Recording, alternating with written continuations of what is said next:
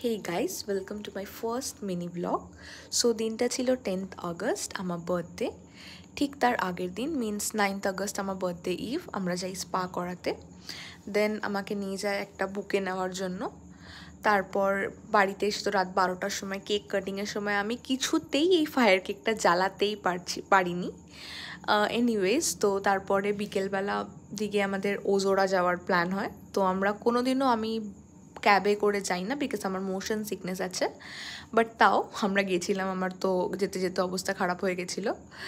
Anyways তো গিয়েছিলাম ওজোরাতে and the ambience was too good, মানে এত মেসমারাইজিং ভিউ। ওখানে একটা আঙ্কেল ডান্স করছিল, ওনাকে দেখে তো আমার ইচ্ছে করছিল আমিও উঠে ডান্স করি।